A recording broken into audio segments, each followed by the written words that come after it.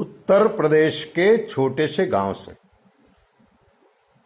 मिश्रा जी आए थे। काफी पढ़े लिखे थे, बड़ी कंपनी में नौकरी मिल गई थी, अच्छी पोजीशन थी, पगार भी बढ़िया मिलता था, पैसा खूब मिलता था। तो मिश्रा जी ने सोचा पत्नी को भी ले आया जाए। गांव में शादी हो गई थी, पत्नी को माता पिता के पास छोड़ के आए थे। माता पिता भी बिल्कुल देवता जैसे थे और उन्हीं के कर्म प्रभाव से ही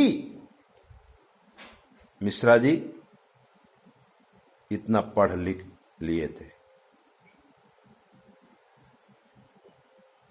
और मिश्रा जी पिताजी को पत्र लिखे कि बाबूजी, मैं चाहता हूं कि आपकी बहू को भी अहमदाबाद ले आऊं, क्योंकि होटल में खाना खाते खाते काफी परेशानी होती है। और बाबूजी ने हाँ कह दिया था। हाँ बेटा, बहू को ले जाओ, एक अच्छा सा मकान रख लो और फिर आ जाओ, बहू को ले जाओ, अपने घर के नीति नियमों का पालन करो, घर संसार शुरू करो, हमारा आशीर्वाद है। मिश्रा जी ने ऐसा ही किया था। अच्छी सोसाइटी में पूरा बंगला ही भाड़े से रख लिया था, क्योंकि पगार बढ़िया थी, पैसा की आवक बढ़िया थी, इसलिए मिश्रा जी को कोई भाड़ा ज्यादा नहीं लगा। और उन्होंने मकान लेके और गांव गए। गांव में माता पिता के साथ एक दो दिन रहे और फिर मां बाप परिवार का आशीर्वाद लेकर मिश्रा जी अपनी पत्नी को लेकर के अहमदाबाद आ ही गए। सुखी से रहने लिए, बढ़िया रहने लगे। उस औरत का स्वभाव भी, मिश्राइन का स्वभाव इतना प्यारा था कि आसपास के लोग उससे मिश्राइन जी, मिश्राइन जी, मिश्राइन जी, मैडम मैडम।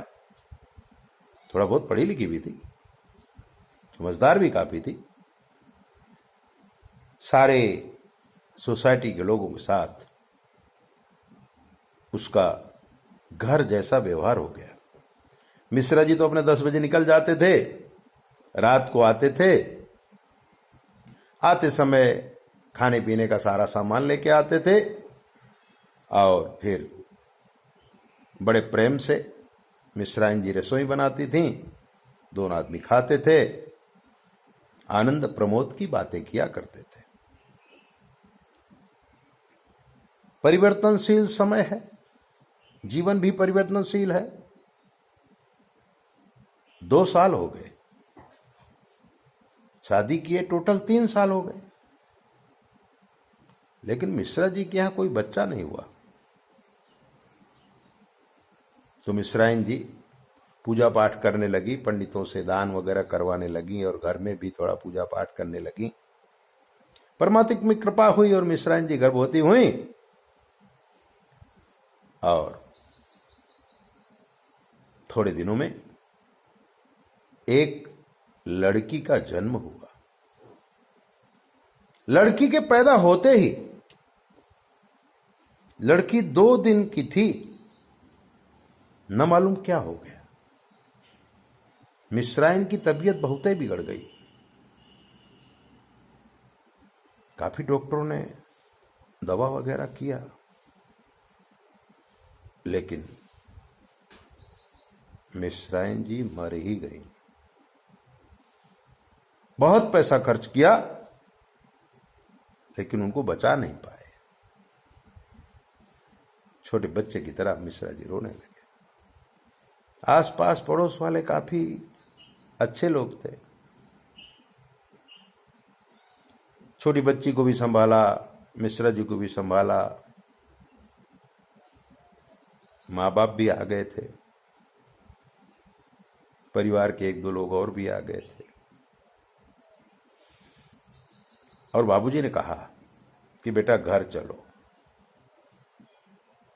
छोटी बच्ची को लेकर। माँ और बाबूजी अपने बेटे को लेकर, अपनी पोती को लेकर गांव पहुंच गए। थोड़े दिन वहां रहे,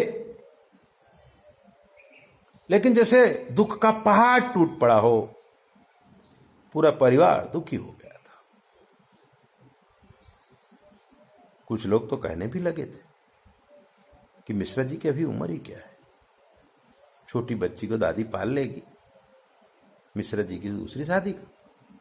मिश्रा जी तैयार नहीं हुए, तभी कंपनी का लेटर आया और मिश्रा जी को अहमदाबाद वापिस आना पड़ा। मिश्रा जी अहमदाबाद में आ गए, अपना काम वाम करने लगे।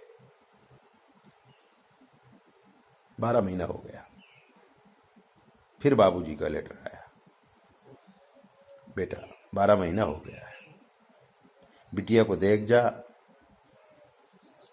और हमें भी अपना चेहरा दिखा जा। दुख का वातावरण था। मिश्रा जी छुट्टी लेकर के गए, गांव में बिटिया के साथ बैठे बैठे बातचीत किया, परिवार से बातचीत किया। अब बाबूजी ने पास के ही गांव में एक सुंदर लड़की देख रखी थी। उन्होंने हठाग्रह किया कि जीवन ऐसे पूरा नहीं होगा बेटा, इसलिए हमारे कहने से तुम शादी कर ले।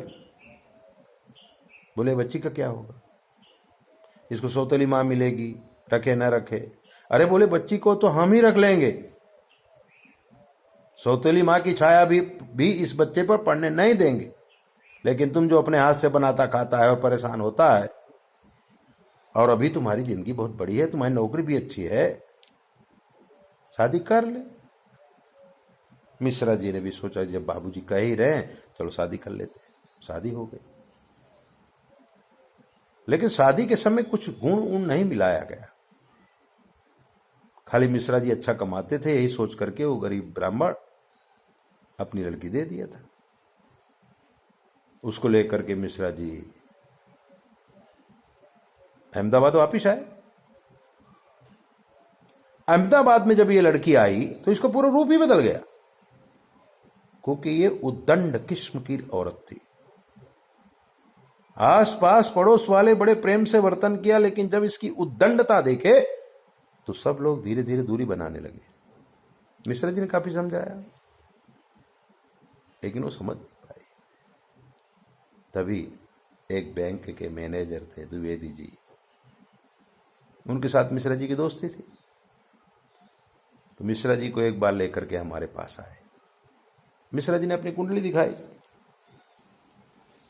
हमने कहा मिश्रा जी, आपकी पत्नी भुवन में राहु शनि गुरु के साथ में बैठे, और वो स्थान है चंद्र का, कर्क स्वामी चंद्रमा। 4 नंबर का चंद्र, 4 नंबर का घर, शनि राहु और गुरु। तो गुरु और चंद्र से तो गज केसरी बनता है, लेकिन साथ में जब राहु और चंद्र हो जाता है ग्रहण योग हो जाता है, राहु और शनि हो जाता है तो दुष्ट योग हो जाता है, और चंद्र और शनि हो जाता है द्विष योग हो जाता है। मिश्रा जी, आपको पत्नी सुख नहींवत है, यानी बहुत थोड़ा है। बोला हाँ पंडित जी, इसीलिए मैं आया हूं। मेरी पहली पत्नी लड़की पैदा हुई उसी टाइम पे मर गई थी। फिर 1.5 साल बाद पिताजी के कहने पर मैंने दूसरी शादी की। अब वो जब से हमारे घर पे आई हैं तब से नीति नियमों का कोई पालन ही नहीं करती हैं, और बड़ी उद्दंड टाइप की लगती हैं, झगड़ा भी करती हैं।